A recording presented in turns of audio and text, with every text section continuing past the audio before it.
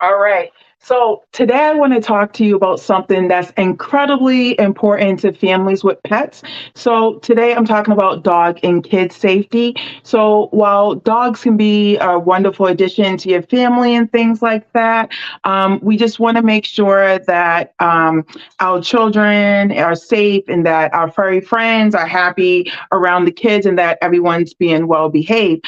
Um, I speak from experience myself. I have a child and I have two dogs. So let's get into some tips and strategies that you can use to ensure that your dogs and kids can coexist safely together and happily as well. Because we all know it can at times, when we're talking about kids and dogs, be a little bit stressful. Um, it can be overwhelming as well. So let's me just jump right into it to help you in your household. All right.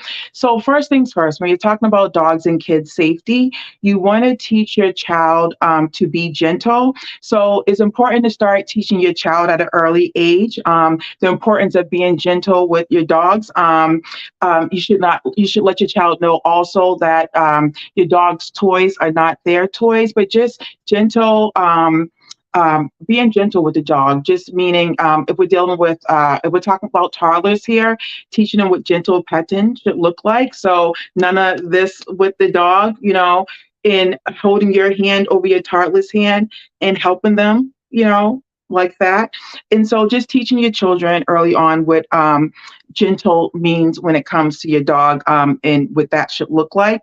Another thing you want to do is always supervise your child with your dog. You never want to leave your dog alone with your child, no matter how good you think your child is with your dog or how good you think your dog is, or regardless whether you never had any incidents with your dog, you don't want to set your dog up for failure or, a situation where things might happen. So you always want to supervise your kids with your dog. And when we're talking about kids here, when I'm going through these tips, we can be talking about kids of all different ages, especially the young ones. So just, age appropriate here. So another thing you want to keep in mind is respecting your dog's space. So a lot of times, if I go into the home, especially with the toddlers and the younger kids, you'll see them, the dog sleeping, them petting a dog or pulling on a dog's tail or things like that, or taking things from a dog or bothering a dog when they're eating. So you want to teach your child early on to respect your dog's space. And what I mean is ideally when your dog's sleeping, just like if we're sleeping, we don't want people to bother us. So your dog shouldn't be bothered either. So teach your child, boundaries around sleep. If your dog's eating, same thing. We don't want someone just coming and petting our heads when we're eating as well. So teaching your child like, hey, when the dog's eating, you want to give, let's give, Fido, whatever your dog's name, some space. The same thing if they're enjoying like a toy or a bone or they're just laying there relaxing, let your dog use that as their time and start getting your children and with the idea of like respecting your dog's space, just as we would respect their space if they're like, playing with video games or they're relaxing as well. And we don't want to put it all on the child. The next thing I would want to talk about is training your dog. And I like to talk about this too for moms who are newly, if you're thinking about having a baby or if you're pregnant right now, ideally you want to get ahead of the curve and train your dog.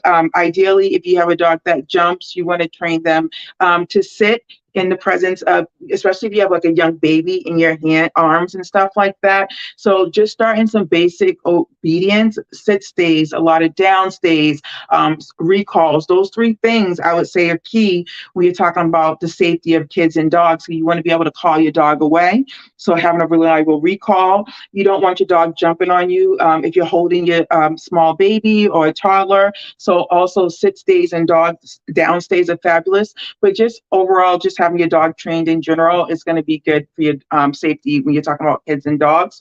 Also, socialize your dog. I always talk about socialization. I'm big on that. When your dog's young, socialization is key. So they're good with new people and environments. And I'm always a big fan of this as well, especially if you're thinking about having children in the near future, or just to get your dog used to being around other children and kids and stuff like that. So socialize your dog just to make sure that things are going to be on the up and up. And I talked about this earlier, but just, throwing it back in again because it is very important, teaching your children to approach your dog safely. So again, if your dog is eating, if they're sleeping and things like that, you always want to tell your children, don't just go and approach the dog. Get them used to of calling you, or not calling you. Well, if they're a teenager, they can call you. But talking about the little ones here, get them used to coming to you like, hey, mommy, can I go pet the dog, or is it okay? You can go with them to do so, just to make sure things are up and up. Another thing you want to look for is your dog's body language. How is your dog when they're around your children? Are they fearful? Are they shy? Are they running away? There's certain things that your dog will show you that makes them, that will tell you that they're uncomfortable. If you're thinking like, geesh, I don't know what that is. If you pretty much know your dog pretty well. There, aside from kids, there are certain situations where you probably see the body language in your dog because you know they don't like that situation. Start to look at that in the context of when they're playing with the kids, and start to see if you see those same that same body language with your dog that may tell you that they don't like so much what the kids are doing and things like that, and you can go ahead and troubleshoot. Also, you don't want to punish your dog for growling. Growling's just your dog telling you that they are uncomfortable with what's going on, whether your kids are playing with the dog, or whether there's a lot too much excitement with the kids running around with the dog, whatever it may be. That's just a sign that they're telling you that they're not cool with the situation. Maybe you want to remove them from the situation, put them in a crate, put them in another room, just let them decompress a little bit. So make sure you keep that in mind. And the last two things is you want to just teach your child to be responsible for owning a pet. Give your child a job to do, whether that's feeding the dog, walking the dog, grooming a dog. The little ones especially, they love being part of the whole process, whether that's teaching your dog tricks, feeding the dog. So start to get them involved and start to talk to them as the dog being their responsibility, and so that they want to be involved in, the dog and the manners and things like that. And last but not least is always make sure you get your dog a regular vet checkup to ensure that your dog's happy and healthy. Because when we get into dogs and children, or dogs in general, if you have an incident with a dog and say, maybe a dog snaps at a child, or a dog you may think is acting aggressive, you always want to rule out any health issues on top of anything. So you just want to make sure that your dog's getting regular checkups, and you have concerns around your dogs and the kids' safety, and you think it may be a health issue, and that's why your dog's lashing out, because maybe they're in pain, maybe they're not feeling well. Just make sure you're getting that vet check. All right. So just to run through them real quick, teach your child to be gentle with your dog. Always supervise interactions when it comes to your children and your dogs. Respect your dog's space, so let them get their time to themselves. Make sure you're training your dog around your children so they know the sit stays, down stays, and stuff like that. Socialize your dog. Make sure they're getting used to being around kids and children. Always make sure you're observing your dog's body language, making sure you know when they're not comfortable with certain situations.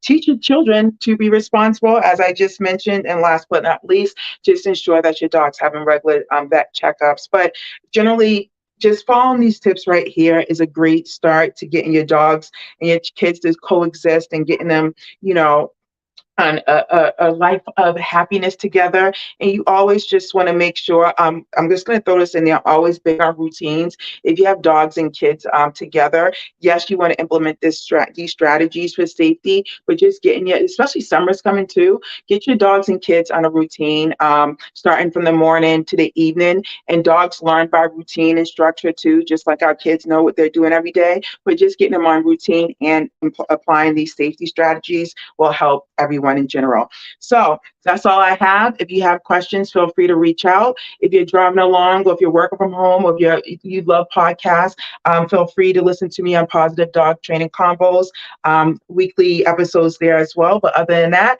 I will see you next week, and enjoy your weekend and your week. Bye.